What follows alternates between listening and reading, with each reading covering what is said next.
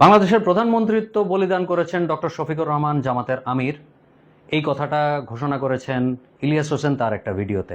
তিনি আল্লাহর কসম খেয়ে বলেছেন, ডক্টর শফিকুর রহমান তাকে ফোন করে বলেছিল যে তিনি যদি এই কারচুপির ভোটে আন্দোলন শুরু করতেন, সেক্ষেত্রে আওয়ামী লীগ এবং বিএনপির লোকজন সারা বাংলাদেশে অরাজকতা তৈরি করত এবং যথেষ্ট হানাহানি খুনাখুনি হতো এবং সাধারণ জনগণ বিরাট বিপদে পড়ে যেত। এই জন্য তিনি সর্বোচ্চ ভোটে পাশ করার পরেও বিএনপির জালিয়াতির কাছে মাথা নত করে নিয়েছেন, কারণ তিনি বাংলাদেশের জনগণের কথা আগে চিন্তা করেছেন।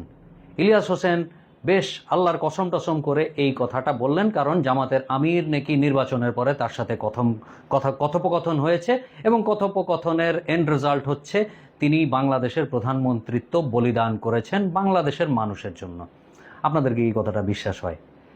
যেই লোক শুধু নির্বাচনে জেতার জন্য হিন্দু সম্প্রদায়ের সাথে হ্যান্ডশেক করবে, জামাতে ইসলামের মতো একটি দল হওয়ার পরেও শুধুমাত্র ভোটে জেতার জন্য, যেই লোক ৭১ তাদের অবস্থানের কারণে এনসিপির মতো একটি নীতি নৈতিকতা বিবর্জিত দলের সাথে হ্যান্ডশেক করতে পারে শুধু ভোটের জেতার কারণে এবং তাদের রেপুটেশন ফেরত আনার জন্য, যেই লোক শুধু নির্বাচনে জেতার জন্য বেহেশতের টিকিট বিক্রি করতে পারে এবং জনগণের সাথে প্রতারণা করে বিভিন্নভাবে মিথ্যা কমিটমেন্ট দিয়ে, সেই লোক বাংলাদেশের জনগণের জন্য চিন্তিত।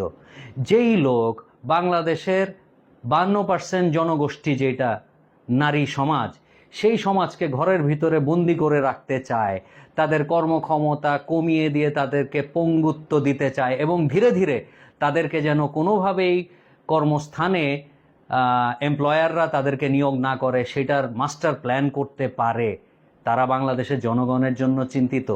প্রশ্নটা আপনাদের কাছেই রেখে গেলাম। আসসালামু আলাইকুম।